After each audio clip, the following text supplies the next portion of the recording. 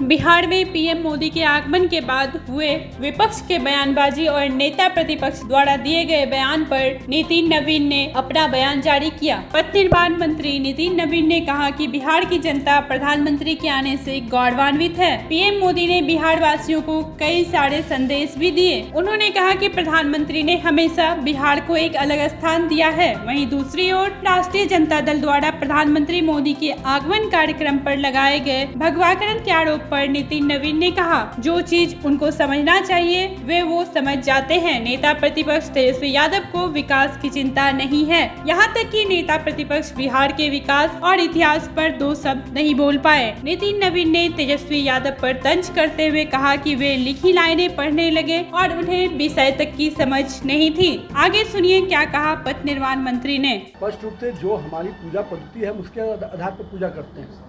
Secular country है। देखिए, उनको इस देश में विकास की चिंता नहीं है। बिहार का शताब्दी वर्ष मनाया गया, इस पे दो शब्द नहीं बोल पाए।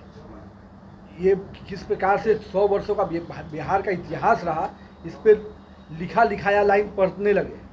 तो जिनको न बिहार के विरासत की चिंता है, न जिसको बिहार की संस्कृति की चिंता है, वो केवल जो राजनीति रोटी सेकना चाहते हैं, उनके लिए तो यही दिख रहा है।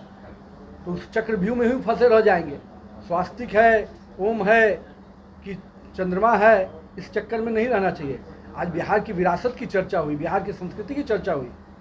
किस प्रकार से श्री कृष्ण बाबू ने किस प्रकार से अंग्रेजों के खिलाफ अपनी लड़ाई बुलंद की, इस पर उनका ध्यान नहीं गया। प्रधानमंत्री जी के संबोधन में उनको कर्तव्य की बात कहा, लेकिन आज भी वो अधिकार पर ही सीमित है। इस राज्य के प्रति उनका क्या कर्तव्य था, इसकी चिंता कभी भी विपक्ष के लोगों ने नहीं किया। अगर किए होते तो इस हाशिए में नहीं होते। माननीय प्रधानमंत्री जी ने जिस प्रकार से बिहार की चर्चा की और उन्होंने बहुत ही स्पष्ट शब्दों में दो संदेश दिया। जो पहला संदेश था, जो बिहार की सेवा करेगा, बिहार के लोग उसको पूरी तरह से आशीर्वाद देते रहे और आगे भी देते रहेंगे। माननीय प्रधानमंत्री जी जब से बने तब से उन्होंने बिहार को हमेशा अपने दिल में अलग स्थान दिया और यही कारण था कि बिहार की विकास की योजनाओं से लेकर हर चीज़ की चिंता खुद उन्होंने की। और यही कारण है कि 2019 का चुनाव हो या 2014 का चुनाव हो, हमेशा उनको पूरा आशीर्वाद मिला। दूसरा जो बड़ा संदेश हम सभी जनप्रतिनिधियों के लिए दिया कि जहां देश में और पूरे बिहार में भी हम लोग अधिकार की बात करते हैं, वहीं हमें कर्तव्य की भी बात करनी चाहिए।